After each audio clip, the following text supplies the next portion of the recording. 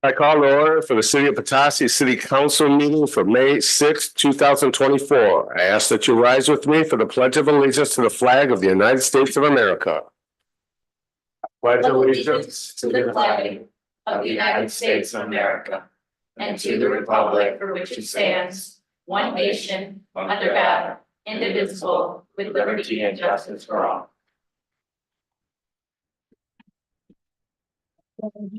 City Clerk Beck, would you please call roll? Demore, present. Shield, Here. Wagner, Here. Walker, present. Murphy. Present. We have a quorum. Now I'll jump back into the proclamation. This is an Arbor Day proclamation. I'm going to take out some of the rare as's and ands. Is that okay with you guys? Please feel free. Okay with me. Okay. I read this at home and she says, that's terrible. Whereas in 1872, J. Sperling Morgan proposed to the Nebraska Board of Education that a special day be set aside for the planting of trees. And a holiday was then called Arbor Day. It was observed with a planting of over 1 million trees in Nebraska. And Arbor Day is now observed throughout the nation as well as the world. Trees can reduce erosion of our precious topsoil by wind and water, lower our heating and cooling costs, moderate the temperature, clean the air, produce oxygen, and provide a habitat for our wildlife. Trees are a renewable resource, giving us paper, wood for our homes, fuel for our fires, and countless other wood products. Trees in our community and city increase the property value, enhance the economic vitality of business areas, and beautify our community. Trees, wherever they are planted, are a source of joy and spiritual renewal. Whereas, now, John Murphy, Mayor of Petoskey, do proclaim May 1st as Arbor Day for the city of Petoskey, and I urge all citizens to celebrate Arbor Day and to support efforts to provide trees and woodlands. Further, I urge all citizens to plant and care for trees, to gladden the heart and promote the well-being of this and future generations. Signed today, the 6th of May. Thank you. I gotta say, I see Kendall disappeared, but you know, Kendall is leading. I know we've got some Arbor Day things planned ahead again this year. He's working with his Parks and Rec members. Yeah, he's making copies of it. I'll hand it off to you. Yeah, so he is, very positive about this, and it's really pretty cool. I will say that Nebraska has, I think, the least trees. I looked this up, the least trees of any state in the union. They really need an Arbor They Day. need more. All right, I go to City Council with the consent agenda. Oh, let's do it right now. I'd like you to look at what's in front of you that was placed, and that's the changes on the agenda. And I'm asked that somebody would support appointment recommendations, including the Art Commission, Planning Commission, and Zoning Board of Appeals. And we can put that in as new business. We have the Art Commission under F, but we did receive some more applications that we'd like to get addressed tonight that were not on in your packet. Okay. So why don't we, for business sake, can we put that as our first new business, and let's just get that out of the way so that when we come to the planning commission or to the rest of the stuff will be included. Do I have a motion, or is there somebody that wants to put it someplace else? It isn't just Arts Commission, it's Planning Commission, Zoning Board of Appeals. Mr. Wagner. Mayor, I'll motion to move new business item F up to in front of A. Okay. And for the adoption of proposed resolution approving appointments to the Art Commission, Planning and Zoning Board of Appeals. Can't do that. Yeah, sorry. The reason we have it, and this is kind of unusual, the reason we have it so deep in the agenda is the policy change to the public art policy anticipates this change. So unless we didn't want to move ahead of that, we wanted to get the policy addressed first. let's go to J. Yeah, or you could amend the agenda and do the others, planning commission, ZBA, like we normally do in the beginning. Okay, And then arts afterwards, whatever you guys prefer. Mr. Wagner, could you propose that possibly? So which item are we moving up? I would like you to move up planning commission and zoning board of appeals. Move that up to where you wanted to go with it at the That first. wouldn't be moved up, that would be new. New, under new business. Under 8. Let it go right up here. 8 new business would be AA as opposed to A.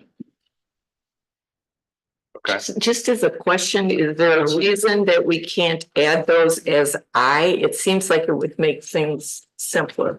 We have I, but we can.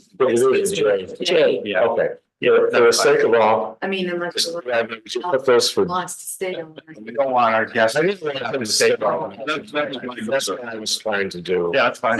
We'll give you a good test for it. So you guys, so there's, So, it's not too difficult, it's whatever you guys prefer, but typically appointments we have after the city manager updates. mhm, So, new business.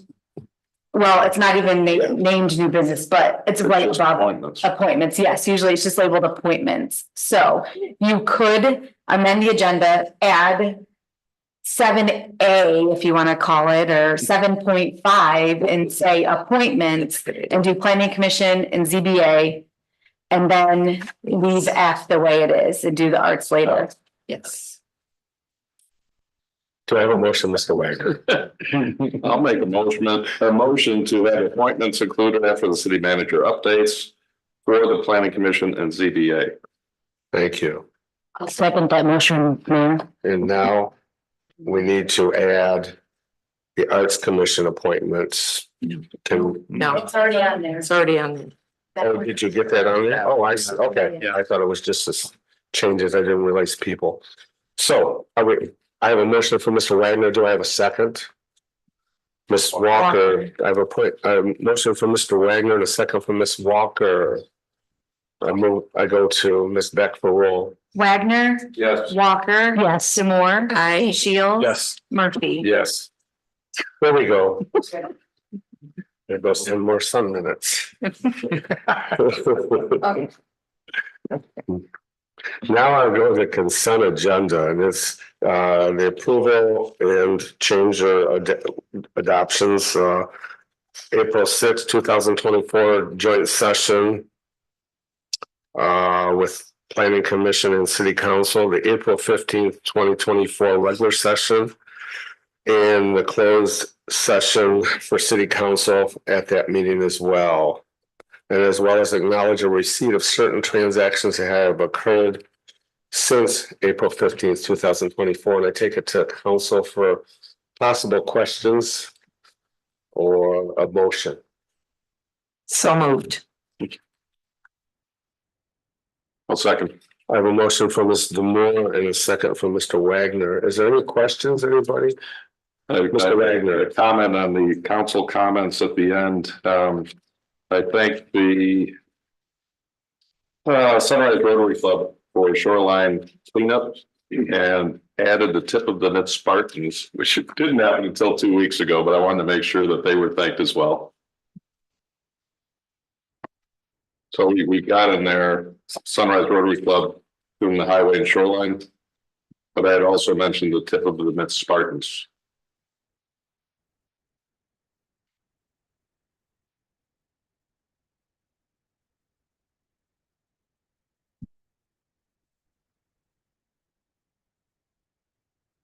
You want that added then, Yes. Mr. Wagner? Okay.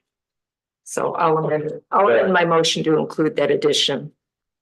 Okay, Second. and, okay. I go to Ms. Beck for roll. Demore, I, Wagner. Yes. Shields. Yes. Walker. Yes. Murphy. Yes, motion passes on the consent agenda. Now, Can I have a closed minute? would you please pass the closed minutes this way?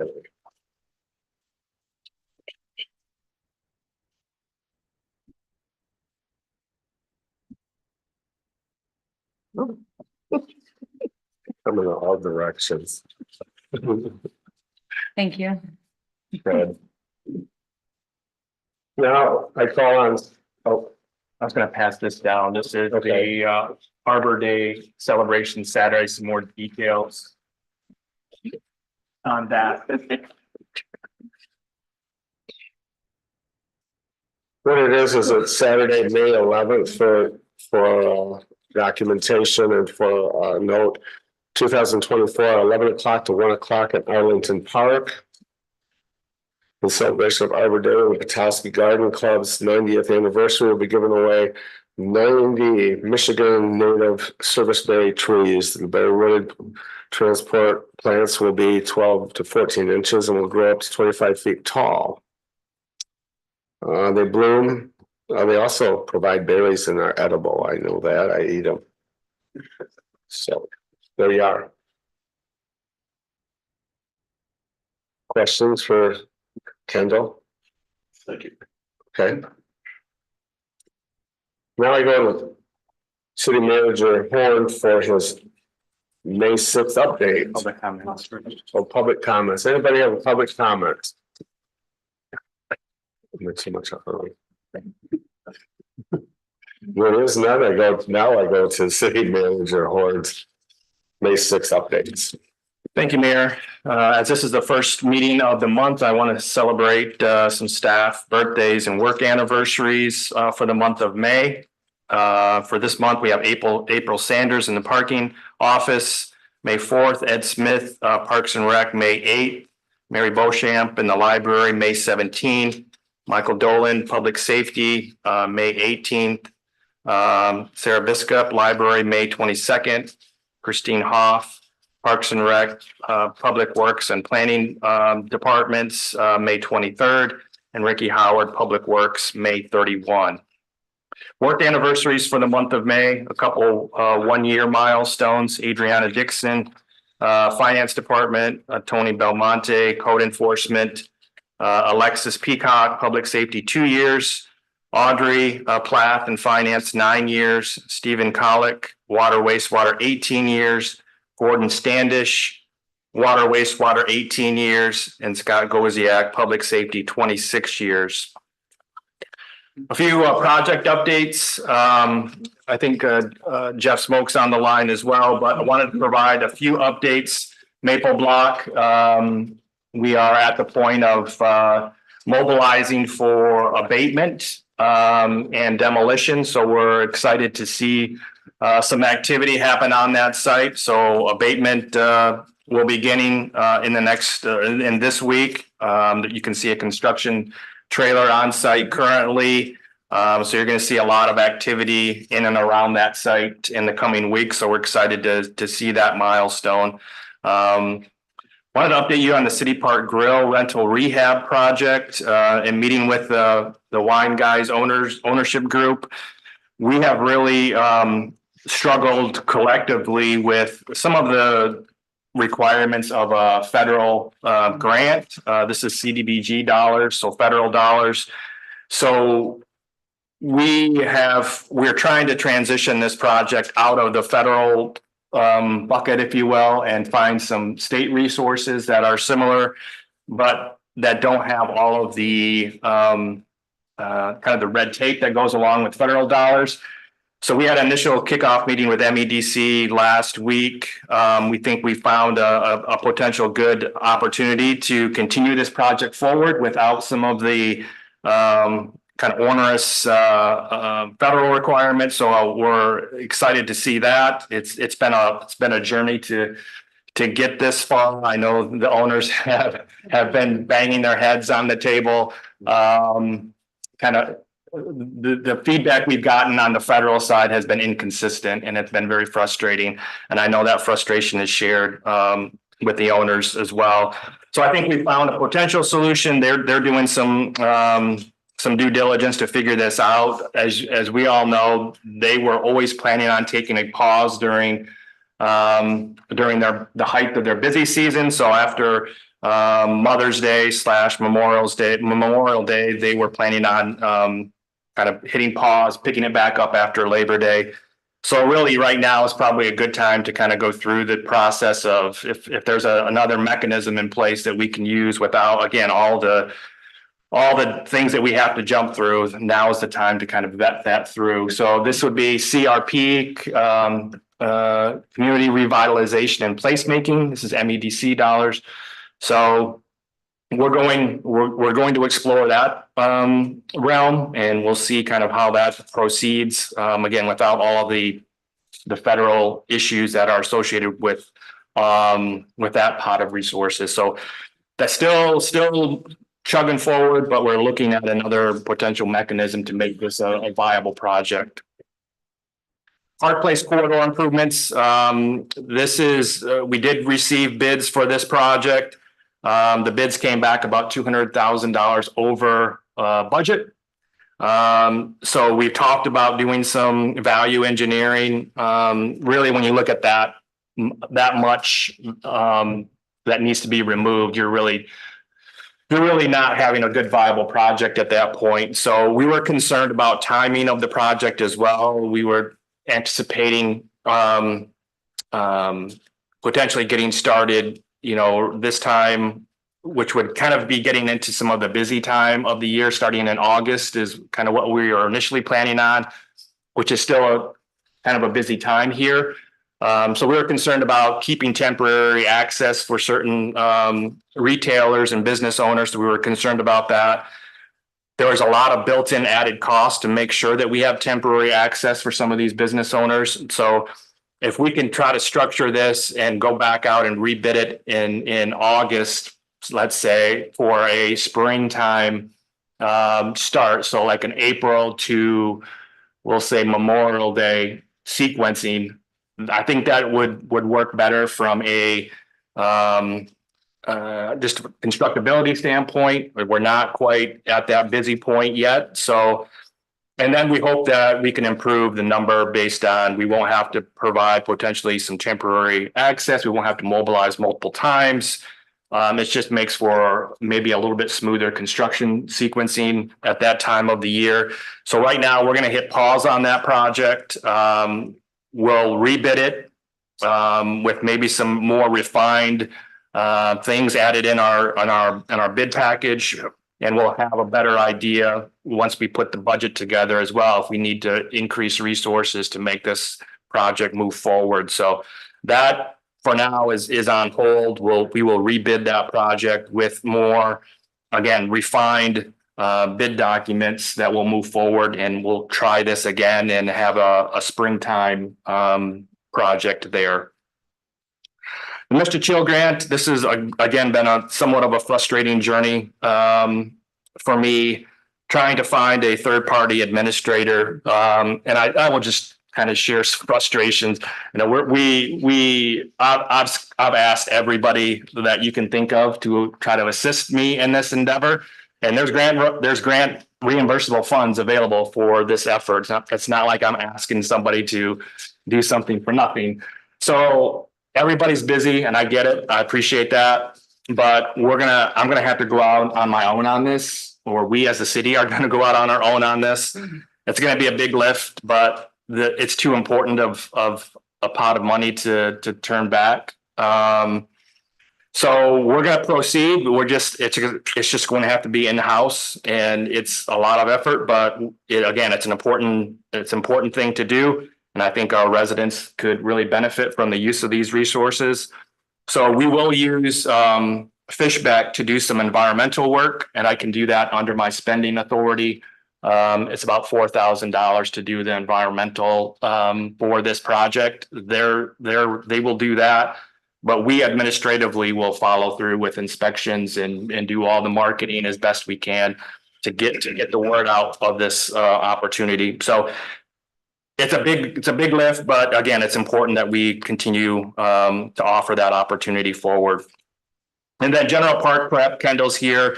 But his crew has been doing a great job of really getting things ready for our visitors that will be here in the next month or so.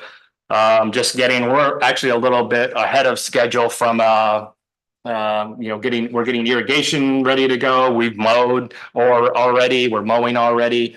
So we're taking advantage of some nicer weather, but we're sprucing things up. We got all of our facilities, restroom facilities open and available. So we're just kind of in that mode of getting the polish out and getting ready for our visitors that will be arriving. So again, kudos to Kendall and the Parks crew we had our first kickoff for Little League. You might have seen the field busy here and then also at Bates, and actually in our neighborhood on Lockwood was busy Saturday with all the cheering and little voices, which was great.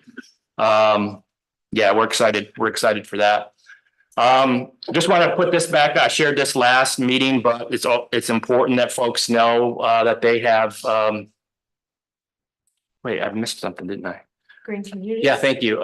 Did get notice on Friday that we did achieve our gold status again.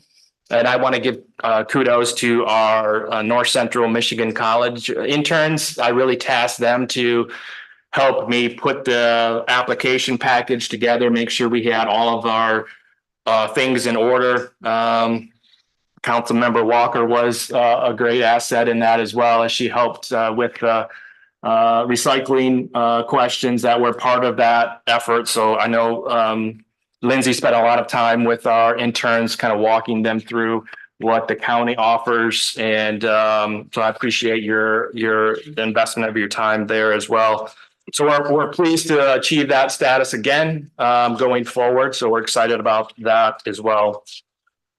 The next slide again just talks about the services that we currently offer the residents. Again, the first and third Mondays of every month, folks can put out brush in the right of way for our crews to come around and chip. This is all throughout, started in April, we'll go through November. Again, the first and third Mondays of each month. Small yard waste pickup occurs weekly. This is through the month of May. So as you clean up your landscape and gardens, you can put out your small waste through the month of May. And then again, we want to make sure folks are aware of our twice annually rubbish collection program. And you can see when it happens, depending on which side of Howard that you're on. Certainly, we encourage folks to spruce up their properties, clean up some stuff that's maybe been hanging around, just to make our community as beautiful as it can be. And then obviously tomorrow, another opportunity to vote. There's only one item on the agenda, and that's the Char M ISD proposal, special education millage proposal. That continues a levy for special education that was previously approved. And that's happens all day tomorrow at the Grand Unity Event Center. Kendall's kept me busy getting out in the field, which I certainly appreciate, especially on beautiful days like today. So this is Sunset Park improvements. I shared some pictures last meeting and we've made some good progress there. The hardscape, the concrete is almost in, probably 75-80% of the sidewalk is in. They may have done more even today. But you can kind of see the walkway that will go around the perimeter of the park. We've done a lot of clearing of the bayfront as well. And then the third picture there is kind of the new viewing area that we'll have for folks to kind of have that beautiful backdrop of Sunset Park. So the hope is we get people out of their cars and walking the park, and we'll have obviously benches, picnic benches, and things for people to have their lunches, their evening meals on, and just gather together. So we're excited to see that one happen, and hopefully by the end of this month, we'll have the park back open. Any questions, comments for me? I'd like to say thank you. I know we all say thank you that the city is going to go after the chill grant and keep it, we have to keep it in-house, that you're going to do that. I know from having went through this about 5 years ago, it brought $500,000 of improvements to homes in Petoskey, and this will do the same. Kendall, thank you for what I know I'm speaking for you guys. Thank you for what you've done, getting the parks ready. You drive around and grass is cut, tables are out. restrooms open. And I apologize to, City Park, you guys. And it's not our fault, but I know that you guys would like to have gotten going on this, but, I know you're assured and we assure you that we'll do everything we can to make that happen. And lastly, Kendall, a question, Shane, we had a grant for the, park improvements, didn't we? For Park Place. Park Place. Yeah, that grant would go through is it the end of 25 or August of 25? June 30th of 25? Yeah. Okay. So we'll hope to have that utilized. Yeah, we will have it utilized, yes. Okay. What is it, 200? Okay. I call on now, Mr. Moore.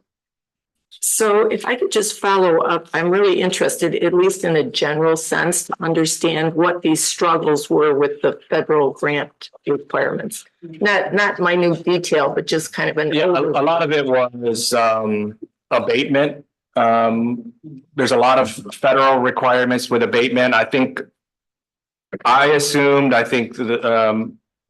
Wine Guys group assumed that their contractor could do pretty much most of the demolition.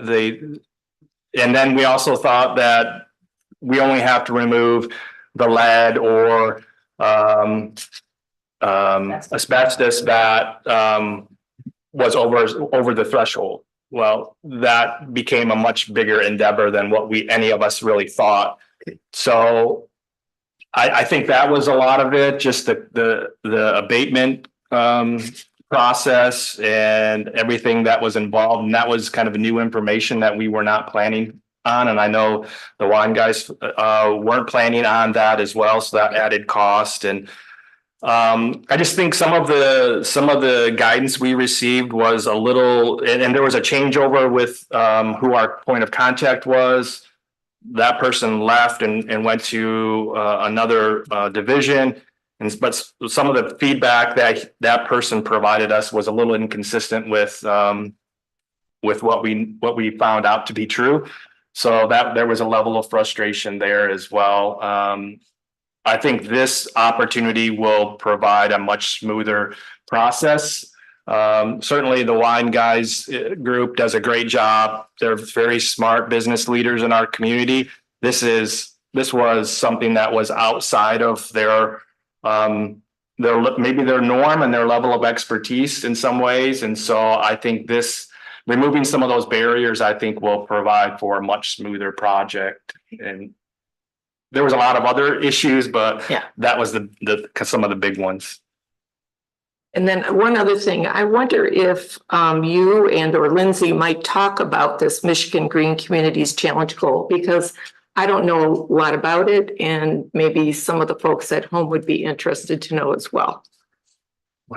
Sure, I can take a stab at it and you can follow up with the stuff that I missed. Yeah. So Michigan Green Communities Challenge is an opportunity for municipalities and counties, and it's through the MML, actually Michigan Municipal League. They're the ones that kind of facilitate it. So it's an application-based process, and you start at like this, I think it's like a bronze level, and then you can go up to silver and gold. And I think they just recently released a platinum level. So there's all these different qualifications to being a green community that you can apply for. And so it's a pretty rigorous application, and it's just a great opportunity to highlight the sustainability efforts that a municipality can engage in. Where it deals with beautification, recycling, waste diversion, composting, really kind of like the full gamut. Energy efficiency as a utility, as a publicly owned utility. There's many opportunities there as well. That's basically what I know about it.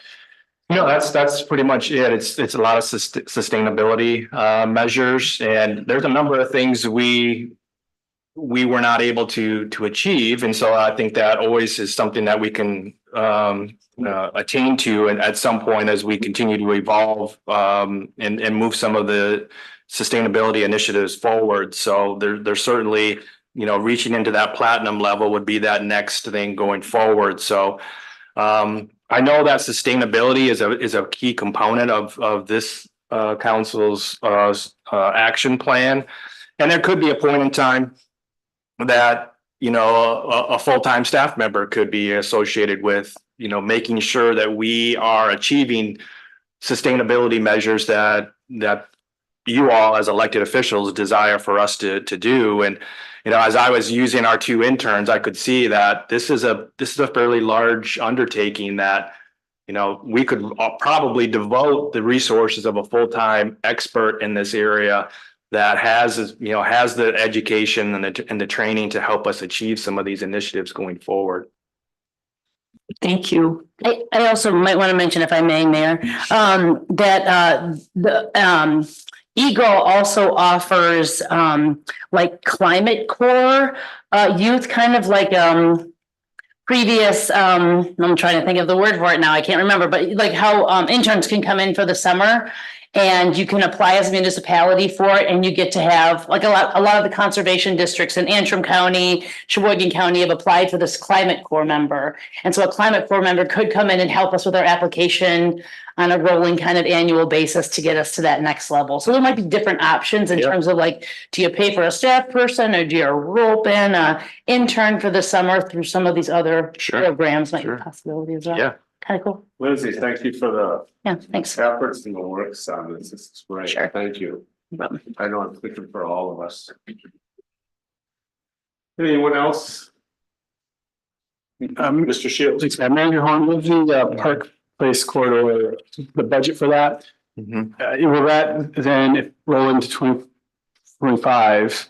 Will there be, the budget's already accounted for 2025 for that? How would that work? Or is there going to be surplus because of that this year and have to rebudget it next year?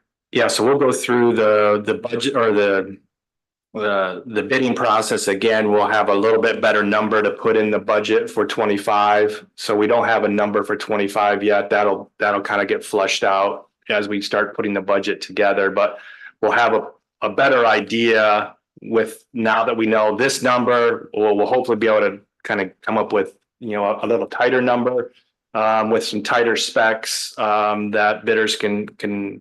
We had 2 bidders and two bidders that have done a nice job for us in other projects. So we had no issues with the two bids, and they're probably good bids. There's nothing wrong with the bids. I think we could probably tighten things up and maybe get a better result. And then, because if we don't have to have them mobilized multiple times, we don't have to have them set up temporary access points. We have to deal with a lot of the foot traffic and the pedestrian traffic that happens maybe still in August. You know, those are all things that play into, because if a bidder has some questions or there's some unknowns, typically they're gonna pad their number to kind of protect themselves. So if we can kind of eliminate some of that stuff in the specifications, we should end up with a better number.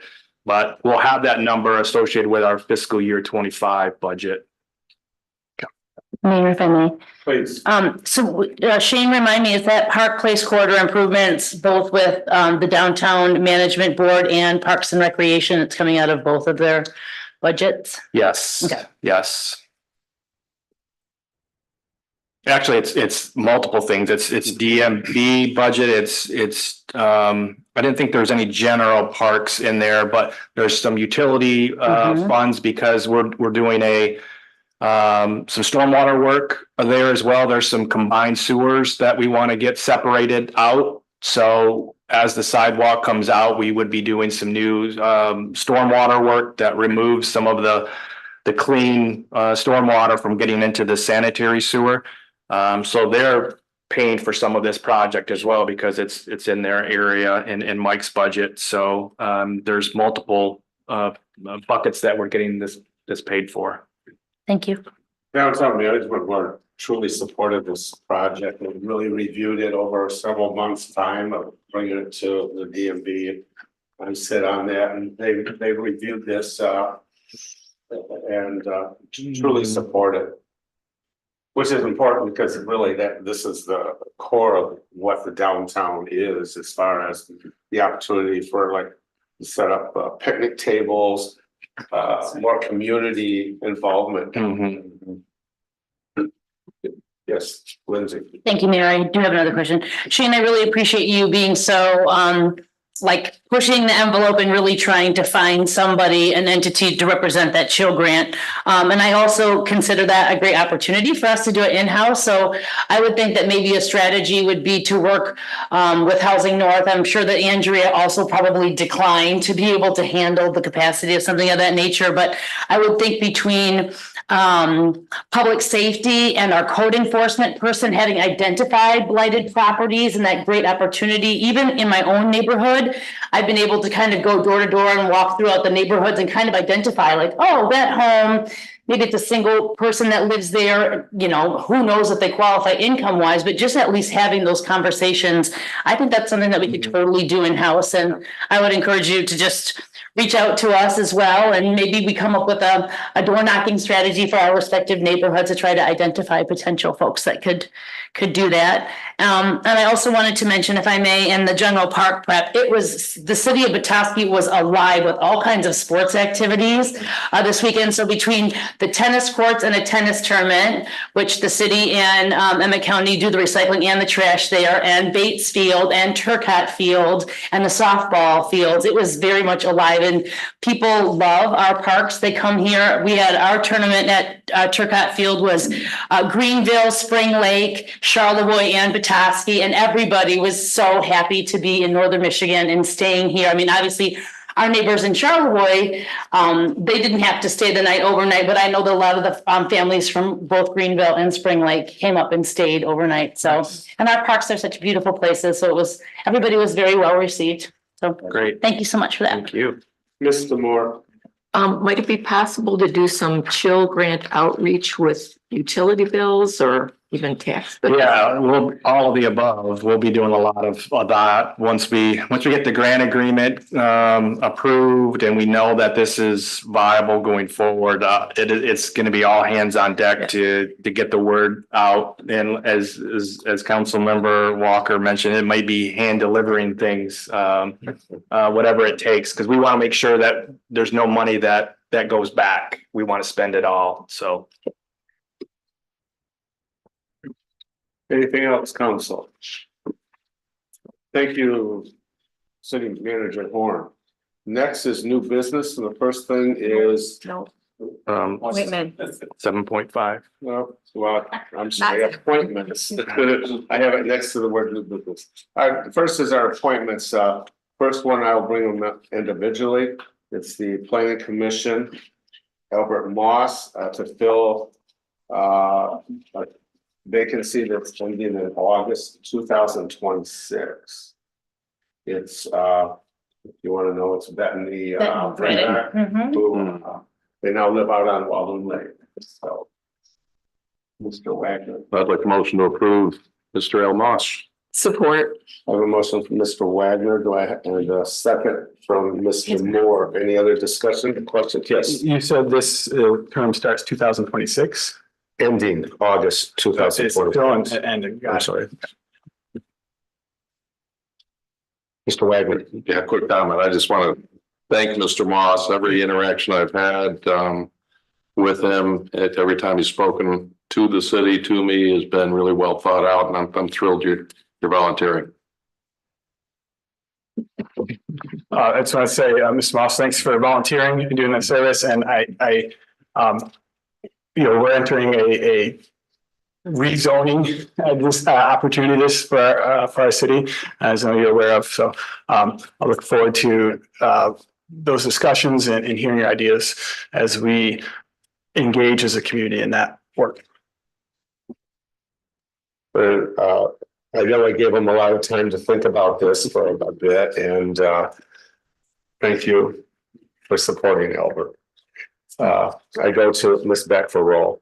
Wagner. Yes. Demore. Aye. Shields. Yes. Walker. Yes. Murphy. Yes, the motion passes 5-0. Next is zoning board of appeals. The first one is Jim Nibbs. You've received his. I'll be happy to make a motion, Mayor, to reappoint Jim Nibbs to the ZBA. All right. Hopefully you're out there, Jim Nibbs. Support. The nice thing about Jim Nibbs, he's been there. Was a long-term vendor for city. I think he brings a lot to the table, having attended a couple meetings, really appreciate his insight. Any other discussion? I go to Ms. Beck for roll. Walker, Yes. Demore, Aye. Shields, Yes. Wagner. Yes. Murphy. Yes. Next is Susan Stein. Susan Stein lives on Jennings. She's a recent mover here from Washington, DC. She's an architect. She's been involved with interactions with zoning boards in the past numerous times. She called and said, I'm really interested in serving the city and I have some skills that I think you would find valuable. She has talked to Mary Clinton, who is who she would be replacing. So I ask that you consider her for a 3-year term. I make the motion to approve Ms. Stein. Thank you, Mr. Shields. Second support, second from Mr. Wagner. I should tell you this, it's kind of interesting. We found out that on the planning commission and zoning board of appeals, if somebody's term ends, you have 30 days to put somebody in there. And we always ran on the thing that there's another rule or law in the state that says until you are either replaced or resign, you would continue to serve even though your term expires. But on these two areas, which are very important, planning commission, zoning board of appeals, the city has municipality 30 days to get a replacement. And that's why I brought these two now, because I think it's important for us to stay on that side of it. Ready? Ms. Beck. Shields. Yes. Wagner. Yes. Demore. Aye. Walker. Aye. Murphy. Yes. Very excited that these people will be working with the city. Mr. Moss, did you want to say anything? I always offer this. Some people say yes, some people bring, some don't show up. I thought I about 35 when president.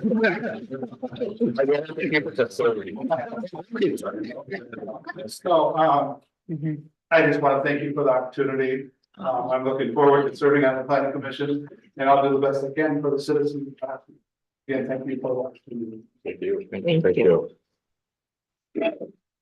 All right. Next. This is an exciting one. It's adoption of proposed resolution with authorized intergovernmental professional services agreement for the addition of a school resource officer with the Petoskey Public Schools. I'm going to turn it over to our public safety director, Mr. Carr. Thank you, Mayor. Yes, I have been talking with the Dr. Leslie, the schools, and this has been something that's been in the works for a little while. However, they have funding now that they can say that we can, through 2025 anyways, 1 year that they can support this position. We've been fortunate right now where we don't have a whole lot of people taking vacation time in April and May, and we've been able to kind of pilot this. So we've had an officer in the middle school for the past probably 3 weeks now. This would be the 4th week to just see how things would go, how it would be received, and it's we're getting rave reviews on it. So we're ready to take this step forward. They actually wanted him sooner, but I'm kind of reluctant because of keeping an eye on overtime and things like that. So it's worked out well so far, and I think we're ready to make that step to commit to year 2025.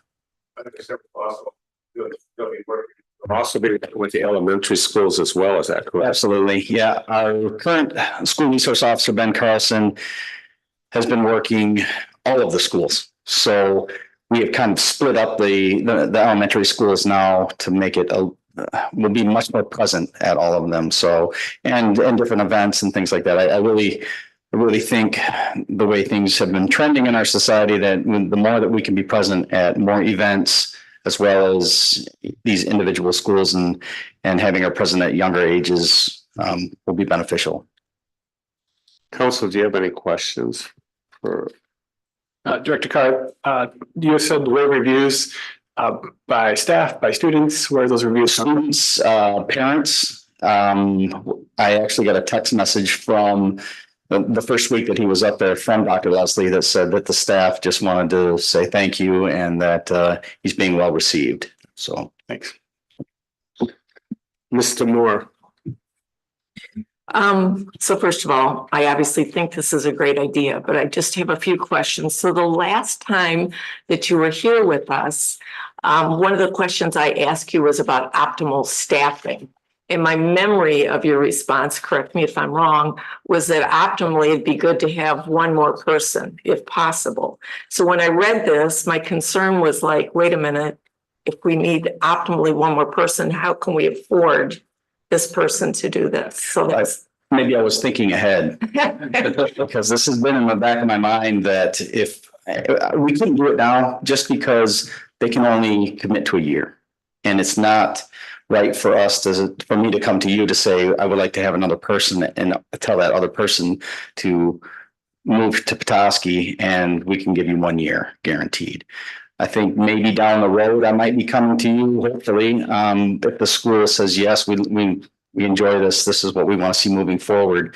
That's when I would approach council to say, is it possible to get another officer? But I think I had that in mind, that one more officer would kind of fill that position, but it wouldn't be fair to do that now. Okay, so thank you for that.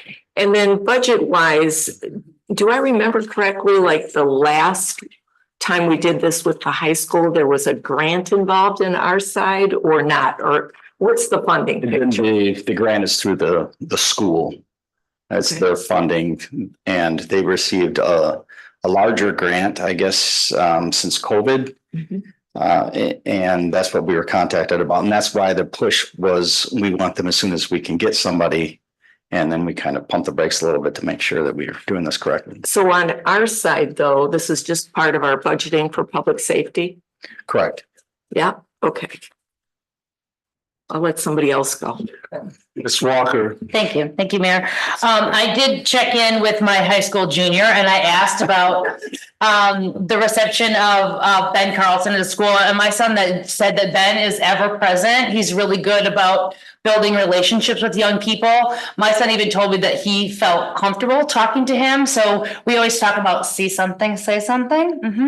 And Hiram said to me, like, I would feel comfortable with him because he's created rapport with us. You see him often in the school. So I think that just having a person that as a resource that the youth know that they can talk to, and there's opportunities to talk to him and be anonymous as well. So like the way that communication happens builds public trust. And I can see why this would be a really important resource for our middle school and the elementary schools as they engage in those big community-wide activities, which could bring a certain element of danger to them as well. So I'm all about this, and just hearing it from the mouth of a teenager who was very reserved about his compliments, but was very much like, Mr. Carlton is like one of us and we feel very comfortable with him in the school, so.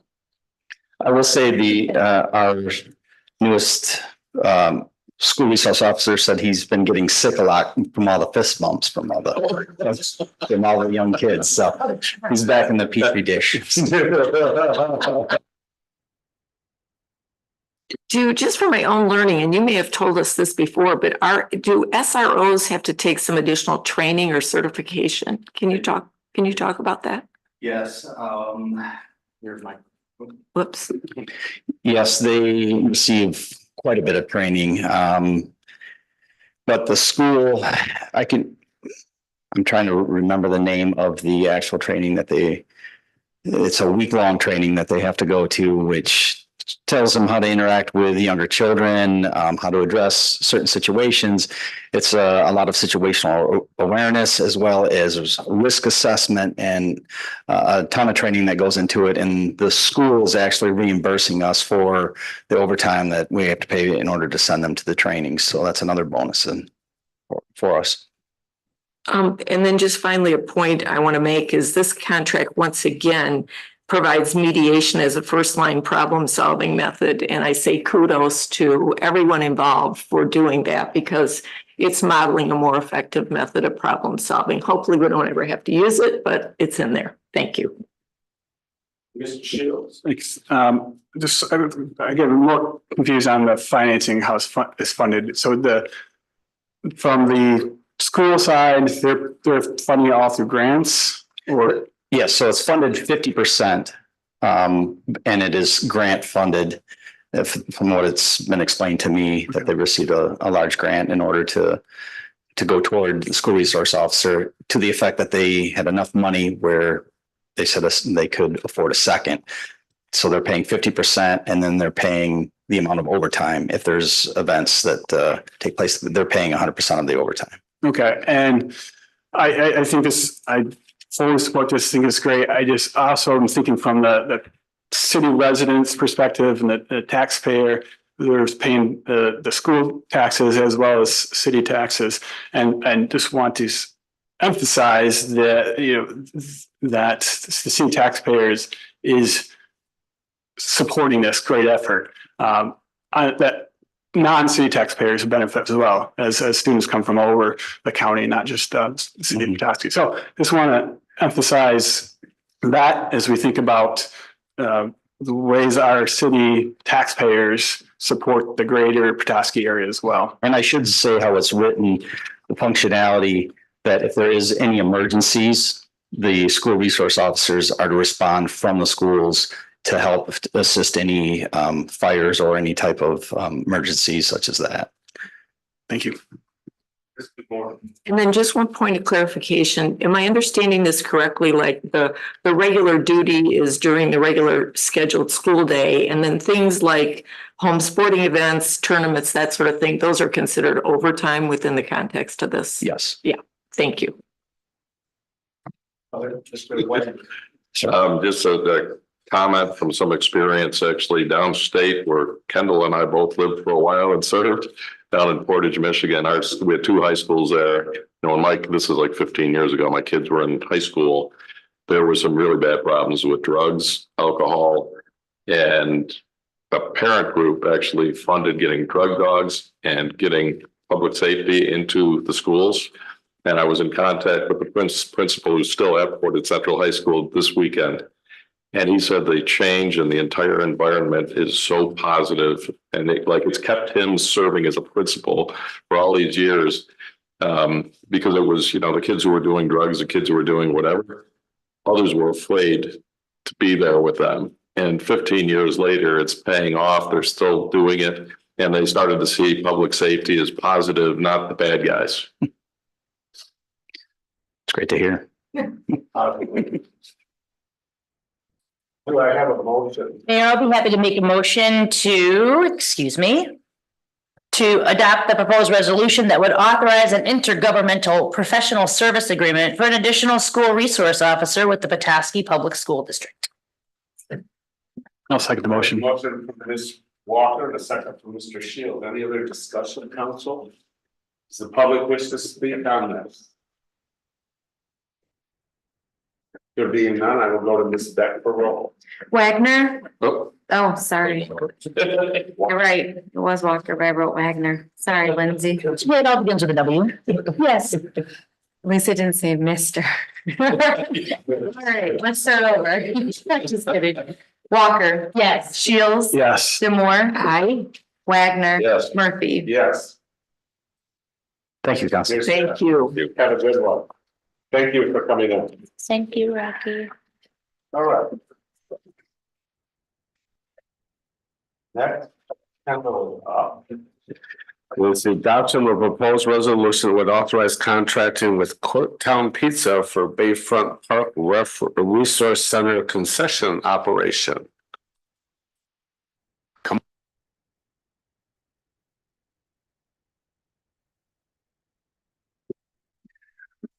Well, it's pretty straightforward. We bid this out, we received no bids.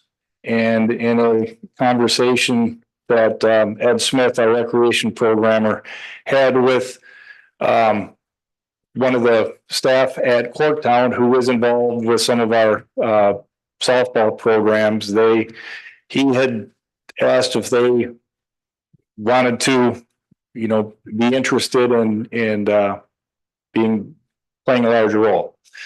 So I met with them, we went through the concession stand, we talked about the possibilities, and they are eager for the opportunity to, you know, to get into the concession stand. And we had somebody in there since 2018. It was very positive. It's great for the weekend tournaments. And I really think that the park is better when we have options like that. I really like to see our buildings being used. So this puts somebody in that concession stand for the intended purpose. It sounds like from figuring out money or how much business they do to get to 60% last year, they did a pretty good job business there, really. I would suspect that Corktown is likely going to meet, if not exceed those numbers. It's just, it's an easier product. They can't, it's not a prep kitchen. They can't make anything there. So they will bring it down from the store, but just it's a need down there. It's a great service. We have the building for it. We're down there almost every weekend, at Ed White, with our youth and we're there for fast pitch and the girls, during the week. So to me, I'm happy that somebody stepped up and was willing to look into it. Do I have a motion? I have a question, Mayor, if I may. How about if we do the motion and then we'll come up with the questions? So moved. Motion. I have a motion from Ms. DeMore and a second from Mr. Wagner. Questions? Thank you, Mayor.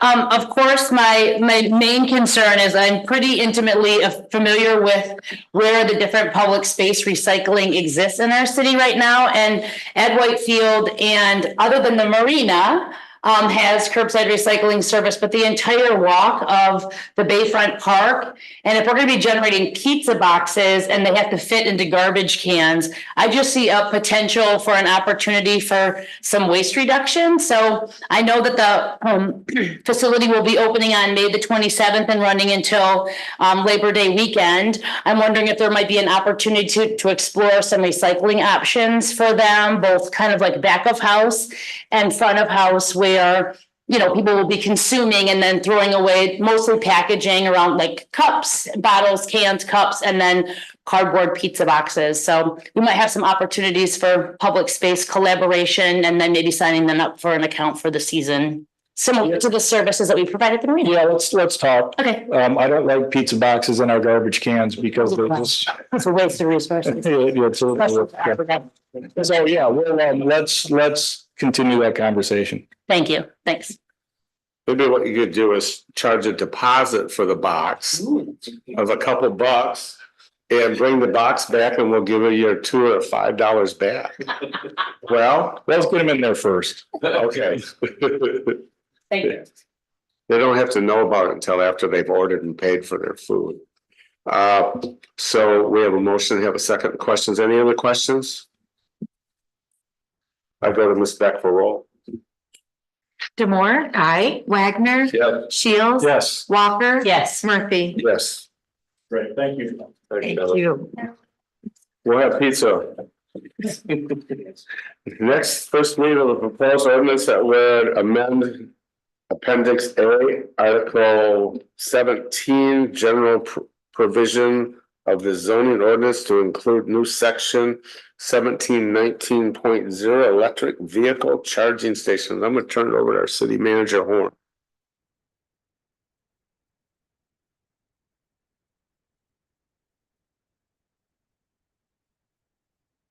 There we go. Planning Commission worked through this this effort earlier this year. This is really for, as we consider any sort of developments, commercial developments, for instance, the Rite Aid redevelopment project. We're working with the new owner on some EV charging spaces for that development. So this would be for like commercial and or homeowner charging stations, not necessarily municipal, as we've installed some on our own, but more on commercial development, which we really didn't have any sort of ordinance on this issue. So this kind of helps us move forward from a planning and economic development standpoint. This has been reviewed by internally, Public Works. Mike looked at this, provided comments as well. So we have kind of gone through this with our staff to this point. Mr. Shields. Thanks, Mayor. Manager Horn, I guess I'd start with, I get the why for commercial. Can you tell me why, what's the why for the homeowner?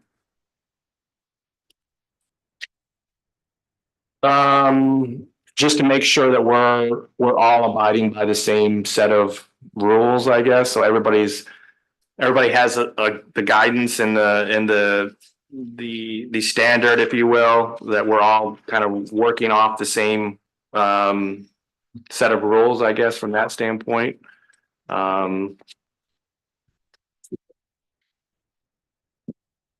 Yes, question. Okay, well, I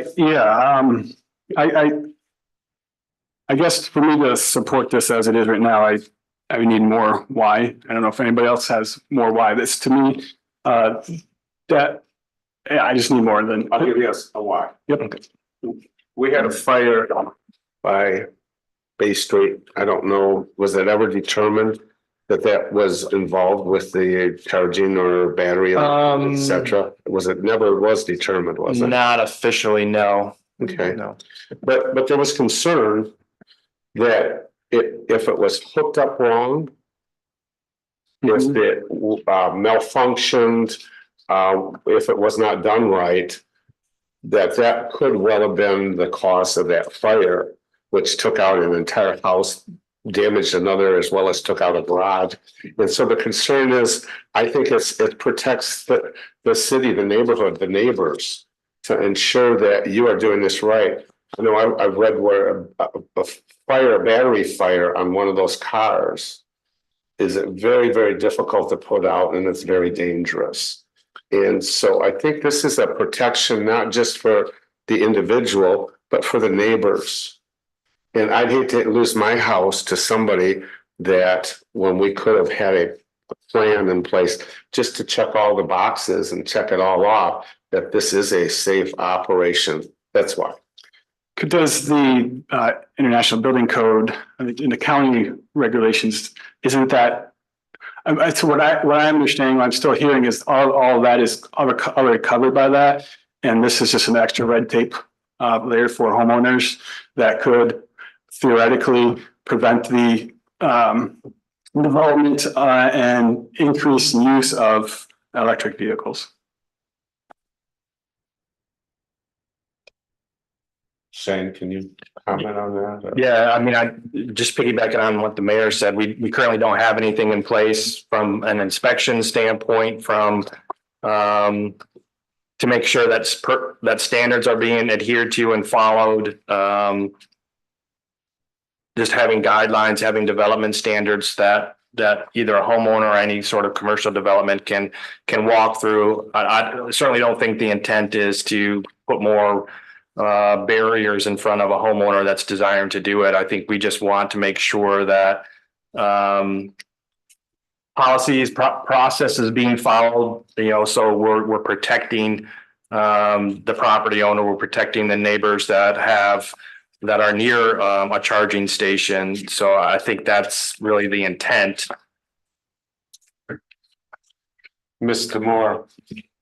Yeah, this is not my area of expertise. We'll just confess that right up front. But when this was circulated to us in advance of the Planning Commission decision making, I went through it and I did offer some, suggestions for clarity that were adopted. And my read is that it's about safety. And I think, our efforts in the city have been to expand access to charging stations, et cetera. And I respect what you're saying, but again, since the incident that the mayor was just referencing happened in Ward 1, I can tell you that it was devastating to the neighbors, even though it remains unclear at this point, the cause, but that was one kind of differential diagnosis about the cause. So I support this in the form that's in after reviewing it, and the suggestions I had were adopted, which I appreciated. So that would just be my thoughts. Ms. Walker. Thank you, Mayor. Derek, is there something specific in a line item that you've identified that might be, like you had mentioned, a disincentive for a residential homeowner to have an electric vehicle? Was there something specific in the language? Thank you, Lindsay.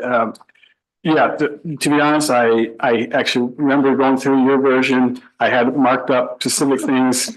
When I got this, I was gone all weekend, so I cannot find my marked up version. So I do not have that in front of me. I know that my concerns are based on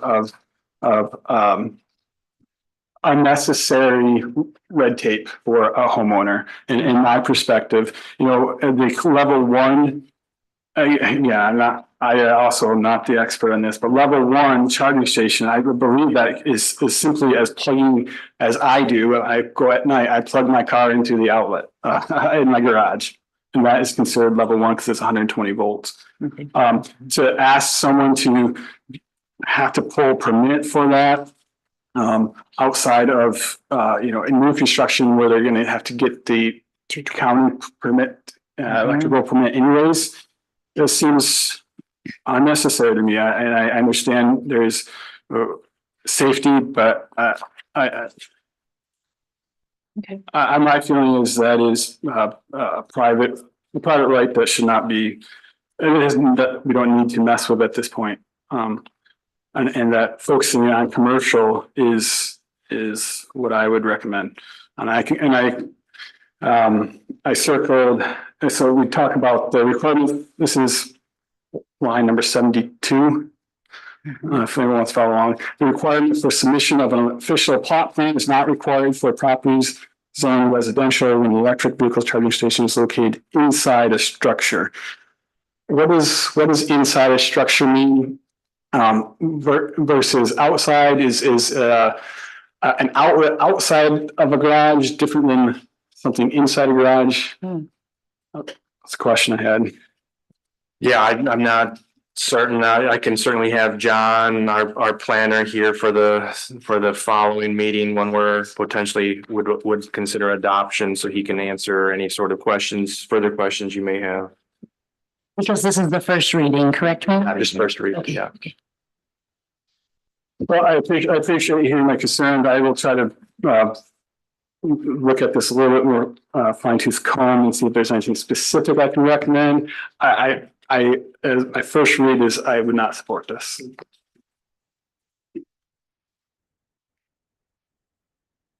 Okay. Anything else?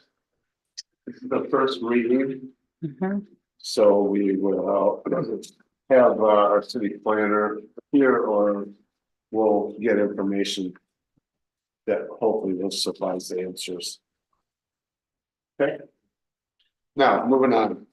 Adoption of the proposed resolution amending the Petoskey public art policy. And I'll turn it over to city manager Shane Horn.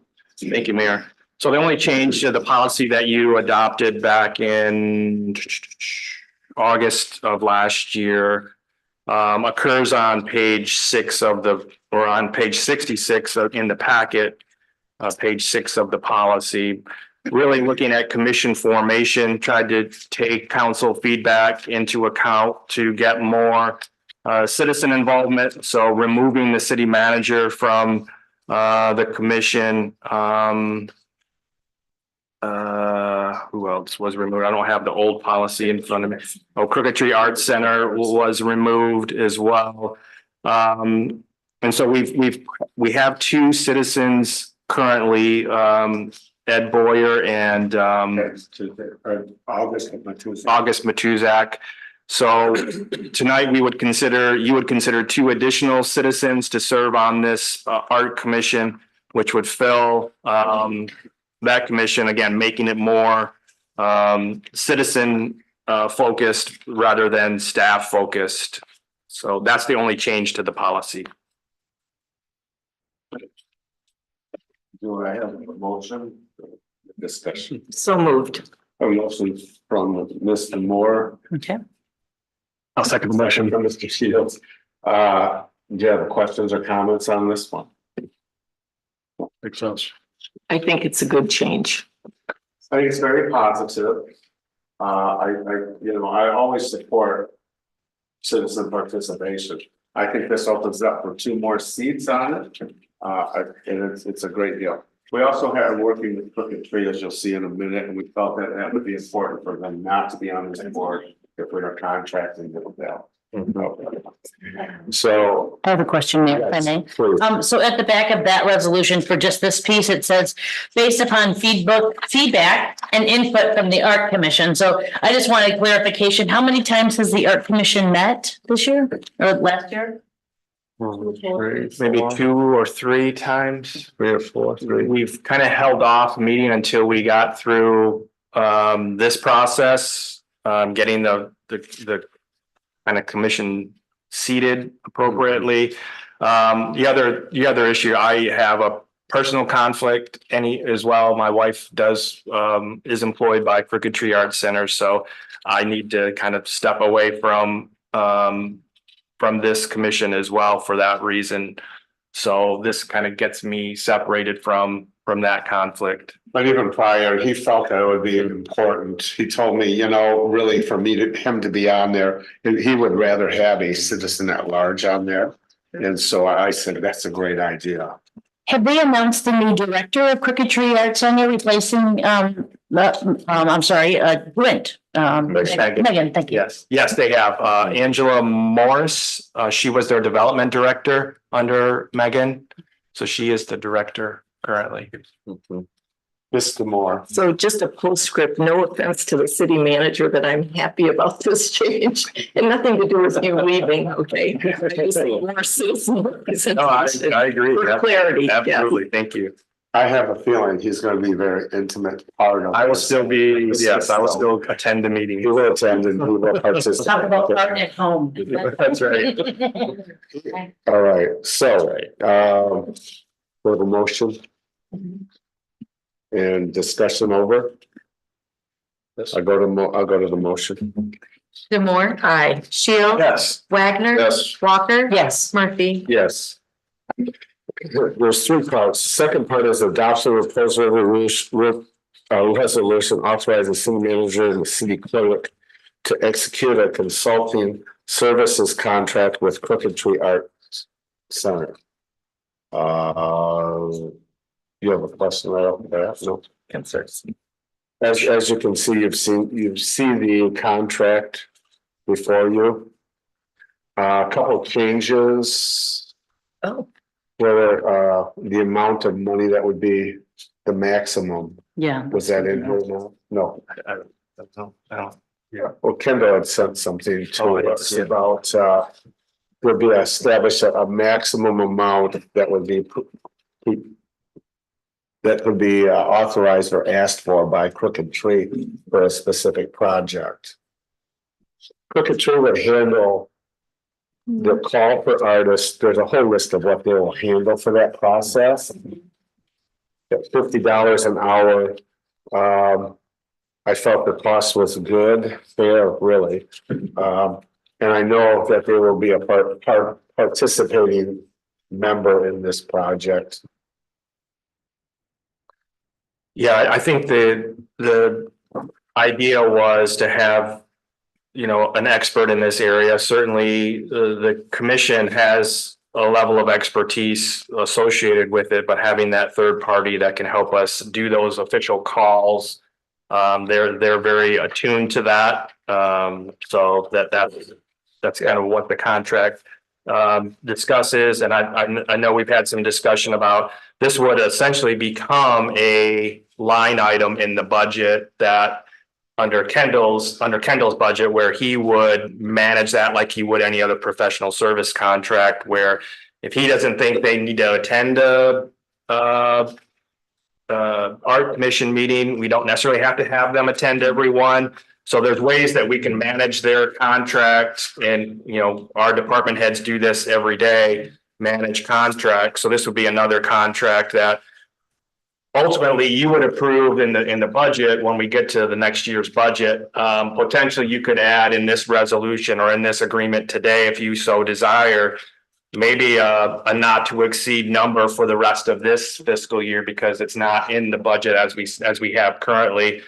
So if you want to put a number in there, certainly you can make any amendments that you so desire. But going forward in the budget process, you'll see a line item that will be associated with this contract. So again, Kendall will manage that line item like he would any other line item and manage that appropriately.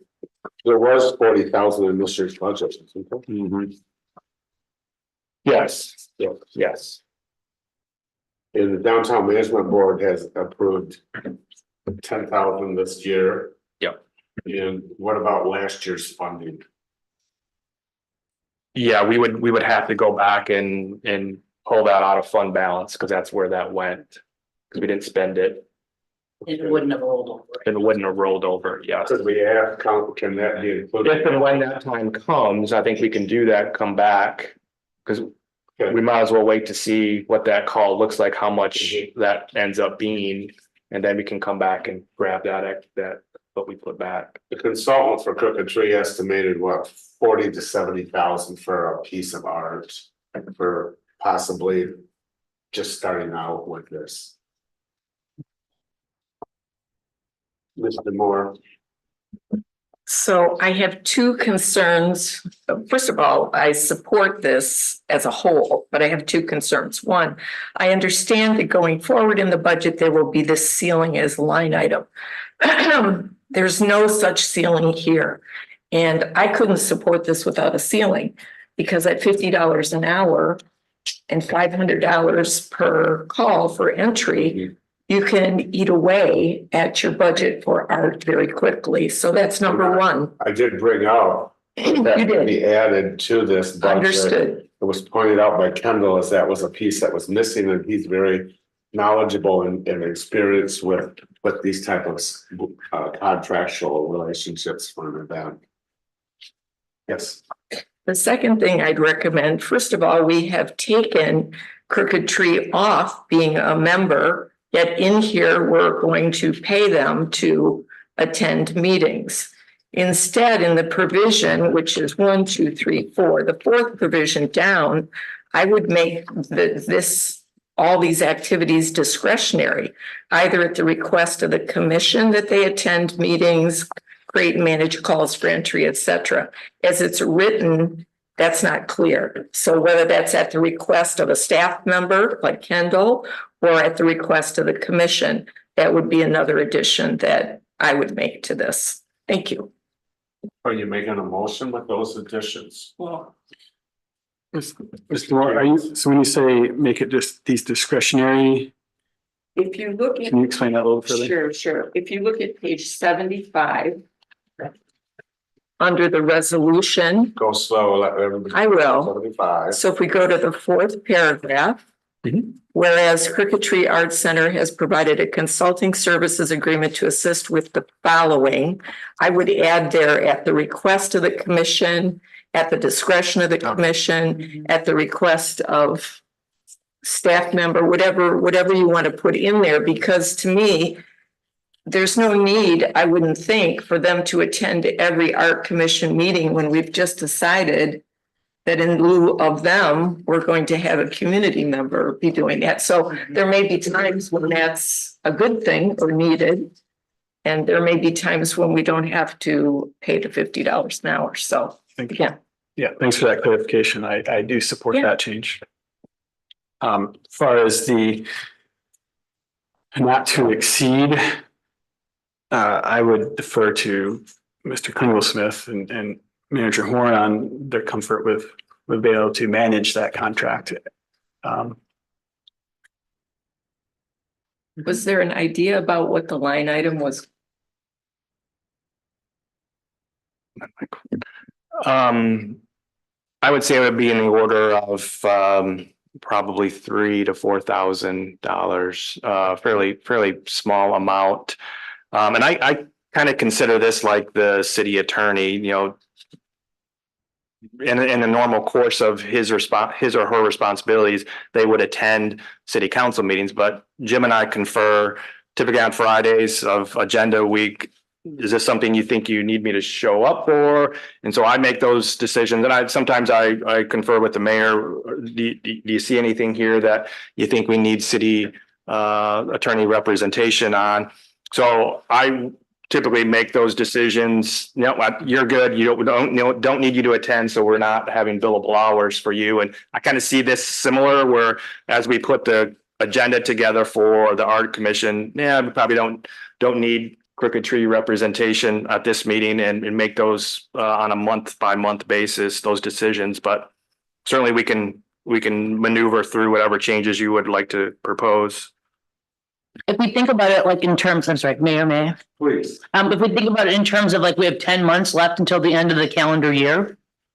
So May to, is that right? May, June, July, August, September, October, November, December. 7 months. So if you base it like on what, 20 hours a week at $50 an hour until the rest of the calendar year, is something like that doable in terms of a limitation on? These are gonna be for, they're only gonna work on projects. So Okay. let's say the city, the commission comes up and says, okay, we're working with Kendall. Right now, we're talking about Sunset Park. Mhm. And let's say, so we meet as a group and we decide we're gonna put something there, and we give them an idea of how much we can afford in the budget for this piece of art. We will then, this will start the contract with them of visiting the site and writing it out, getting it out to artists, which none of us, I don't know if any of you guys have the contact that Crooked Tree does for art and how to get art. Of course. News. So we'll be utilizing them for that whole process, right up to the point of cutting the ribbon, and if there needs to be some maintenance and stuff, some of that will be fed in as well.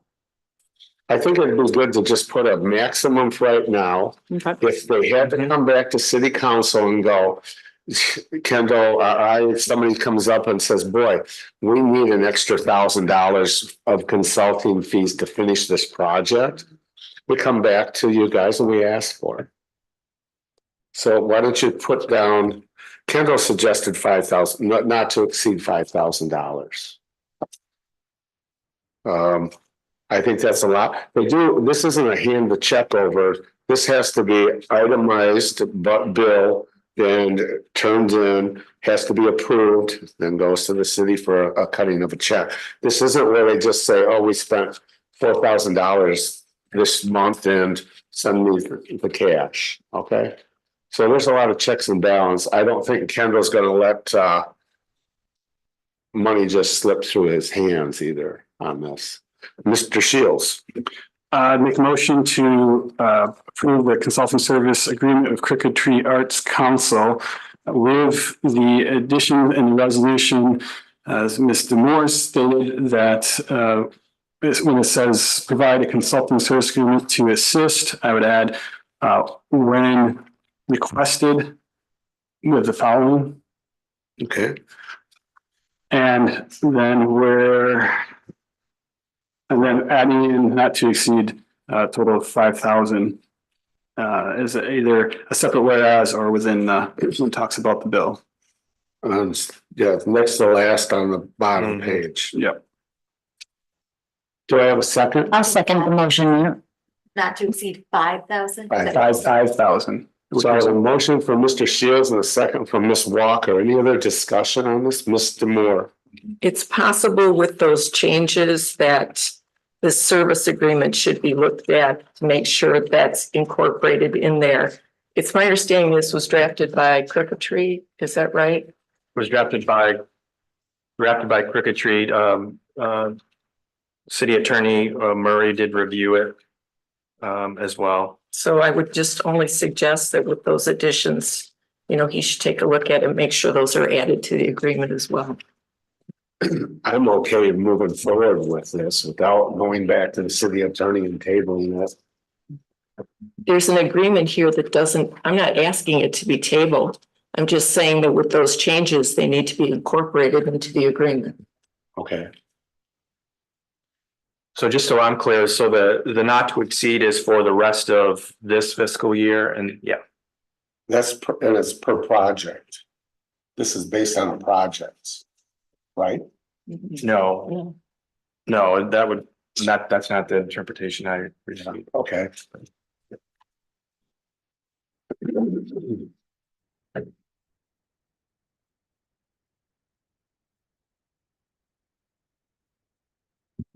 Am I wrong? I thought the discussion was per project.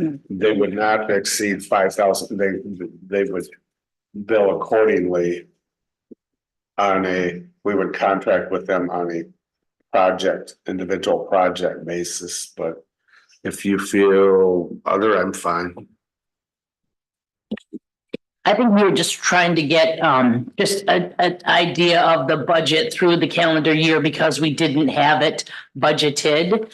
So that would give us ample opportunity in the next budgeting fiscal year to know what we experienced this year, that the consulting services will be $500 per call for art and then $50 per hour with the discretions that we've just outlined, but that this is for the budgetary year. That's what I understood. And that's what the motion that we were saying.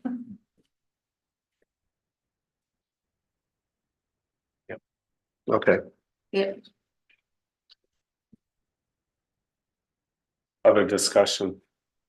I was just going to say that in the resolution, paragraph 1, 2, 3, 4, 5, 6, that's where it could easily be added, whereas Cricket Tree Arts Center would bill $500 per call for entry, $50 per hour for professional services associated with supporting Petoskey's public art projects and programs, not to exceed $5,000 for the Fiscal year 24. Yep, that's what I have. Yep. Other discussions? Otherwise, I'll go to Ms. Beck for roll. Good. Shields. Yes. Walker. Yes. Demore. aye. Wagner. Yes. Murphy. Yes. Next is the adoption of proposed resolution approving the appointments to the Arts Commission.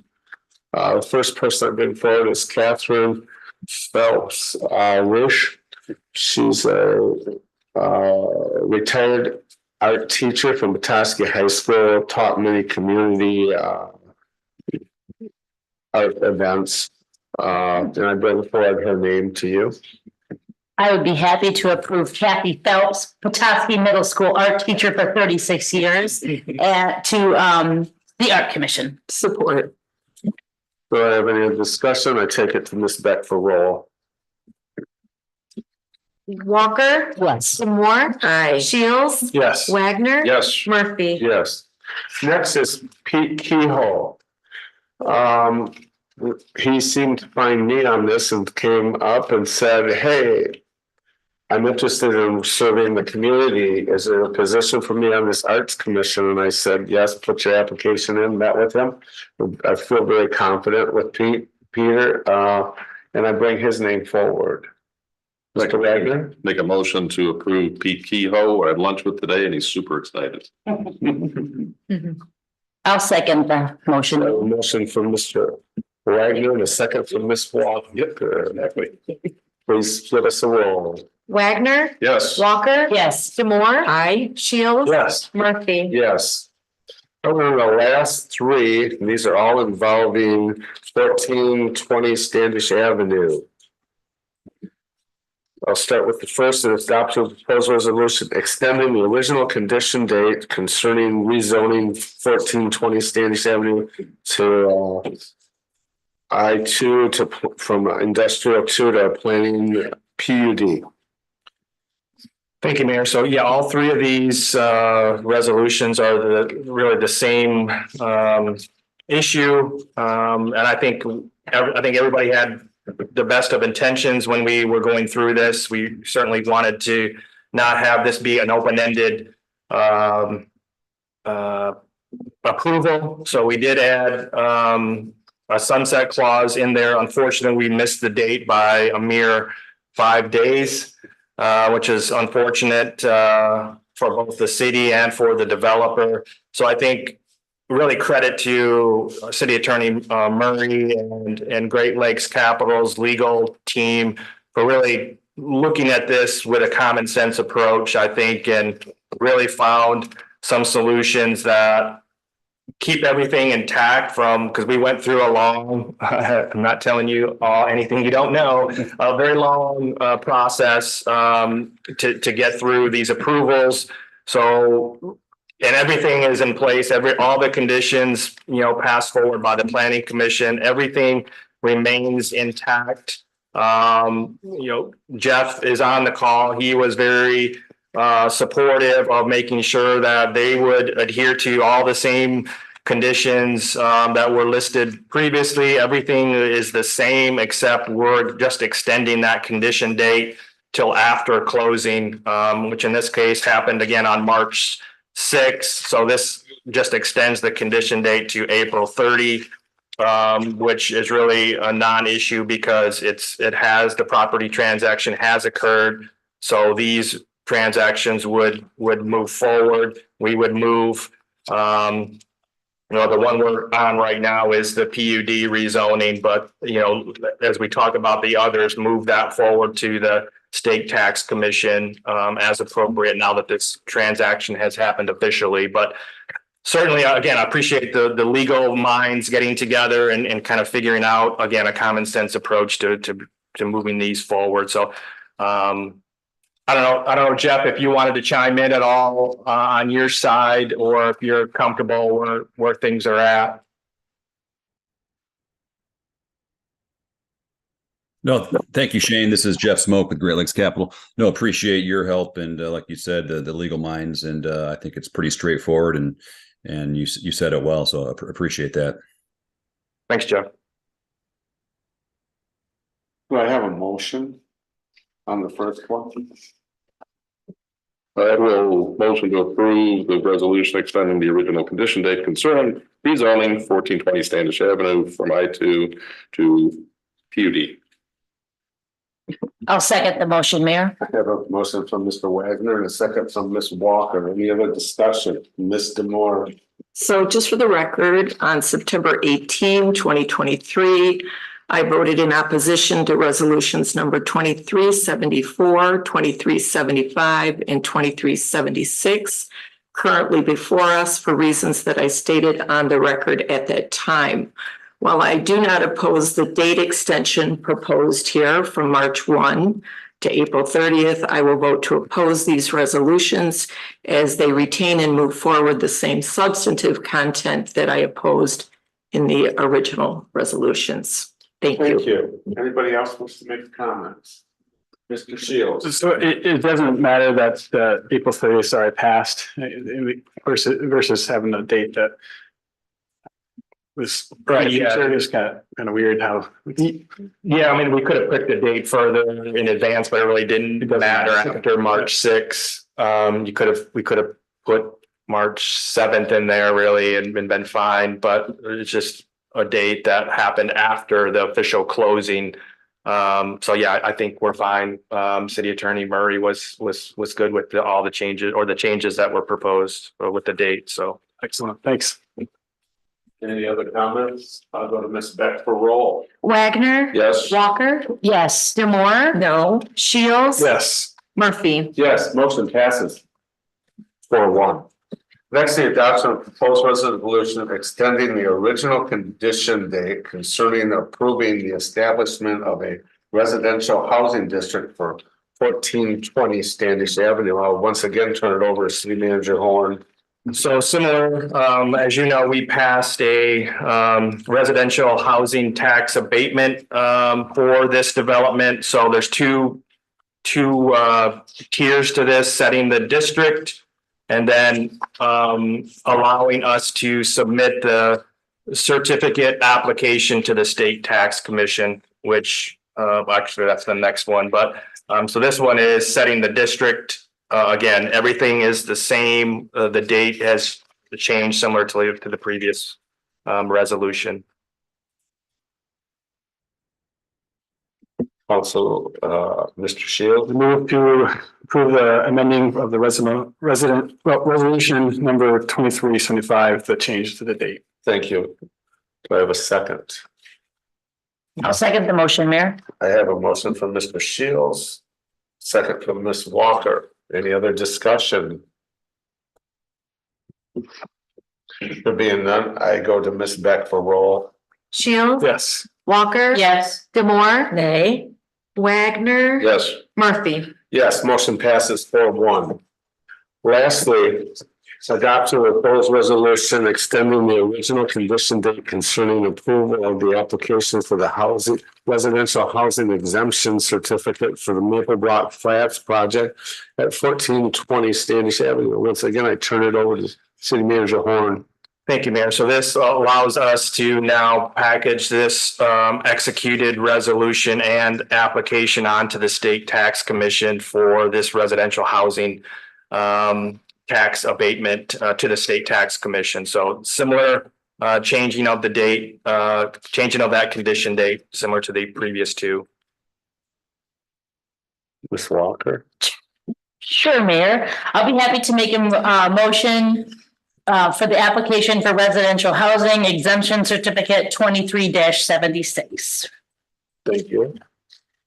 I'll support. I have a motion from Ms. Wagner in a second. I have a motion from Ms. Walker and a second from Mr. Wagner. But Ms. Beck, would you please do roll? Ms. Horn. Walker. Yes. Wagner. yes. Demore. Nay. Shields. Yes. Murphy. Yes, motion passes 4-1. Okay, That's fine. a great city council meeting for an hour and 35 minutes. Comments and Ms. Walker. We'll start with Ward 4. Okay, forget here. Mr. Shields, Ward 2, would you please give us any updates or concerns you have or comments? Thank you, Mayor. Just in light of it being celebrating and recognizing Arbor Day, Ward 2 constituent emailed me to let me know that Boyne City just formed a citizen tree council board, which is something that she has brought up as an idea for City of Petoskey. I know there's been discussions, but in light of that, I want to share that and on record say that I'm interested in continuing that discussion. And if there's a place for that in Petoskey, and now Boyne City, Charlevoix, and Harbor Springs all have citizen tree council boards. Thanks. Mr. Wagner, Ward 3. Thanks, Mayor. Some of you know, I've just had about 3 weeks in Arizona, San Diego, and Knoxville, Kentucky, or Knoxville, Tennessee. And I feel well rested and rejuvenated and looking forward to, I'll be happy to be back. But another thing, some of you may know that Lindsay Walker and I met at the casino at a business after hours event 7 years ago. Was it 7 years ago? Yeah, and we instantly found something in common, which is plastic waste and recycling. And my whole career has been in packaging. And she just brought me a gift. And she brought it to me because it's all about recycling and it's Spartan green and white. So thank you very much. Michigan State University's Recycling and Reuse Center, so go green, go white. Go greener.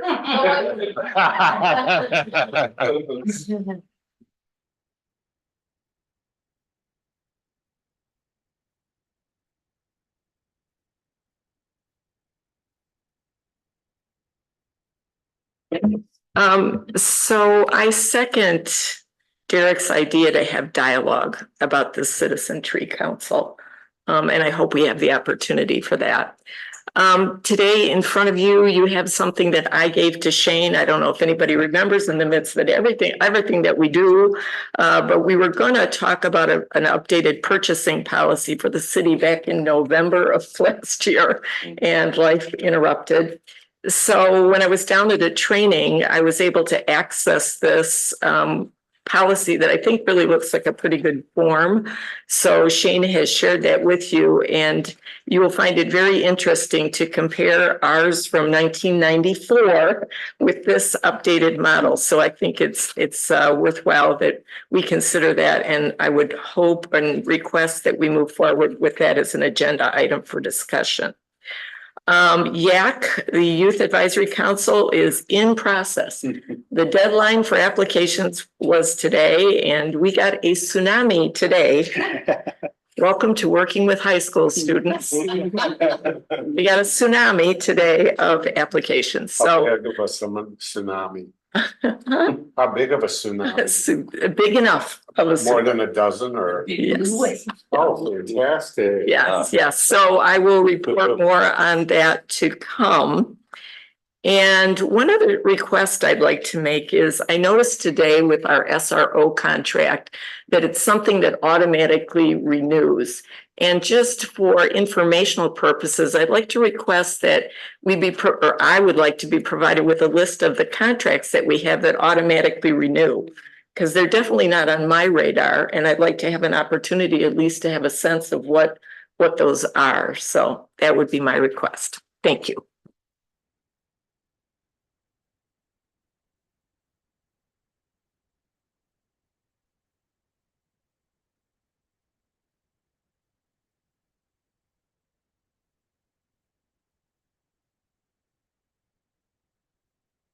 I'm just putting it in the vapors. Yeah.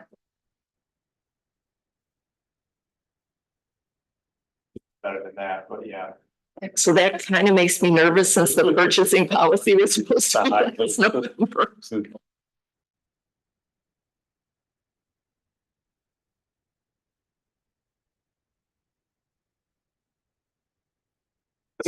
Thank you, Mayor. This week is International Compost Awareness Week. So we were very lucky to leverage a resolution from Governor Whitmer, as well as Oakland County and Emmett County are announcing International Compost Awareness Week. Unfortunately, I was unable to get my own resolution before my own city body, but we're celebrating Arbor Day, which is very important as well. So I am going to be giving this poster for International Compost Awareness Week to our friends here at the City of Petoskey. Both Mike Robbins at the Department of Public Works and Kendall at Parks and Recreation have been partners in creating amazing compost with Emmett County Recycling using the yard waste collected from our drop site here at the City of Petoskey.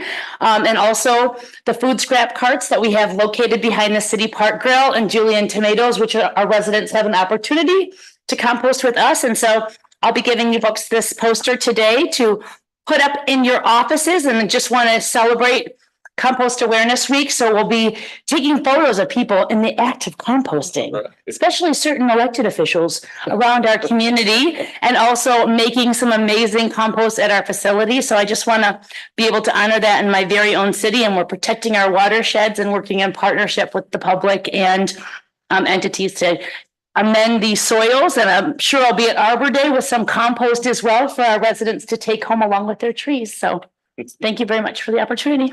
Good job composting, City of Petoskey.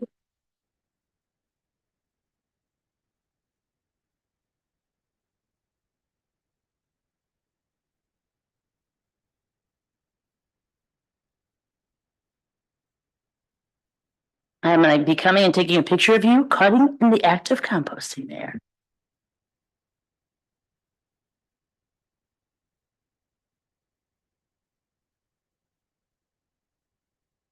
Interest. We're diverse in where we came from and what we were raised with and stuff. But this council is a great council. We're able to work together. We all have different ideas, but we seem to all come to a point that makes better for the city for success. So all I'm going to say is thank you for all of your efforts, what you do, and to the staff, because I know this job is more than a 40-hour job. And for both of them. So I want to say thanks to them as well. And I know I'm saying that not just for me, but for the whole council. Thank you for what you guys do. You're making a big difference in this for the community and our citizens. No further business comes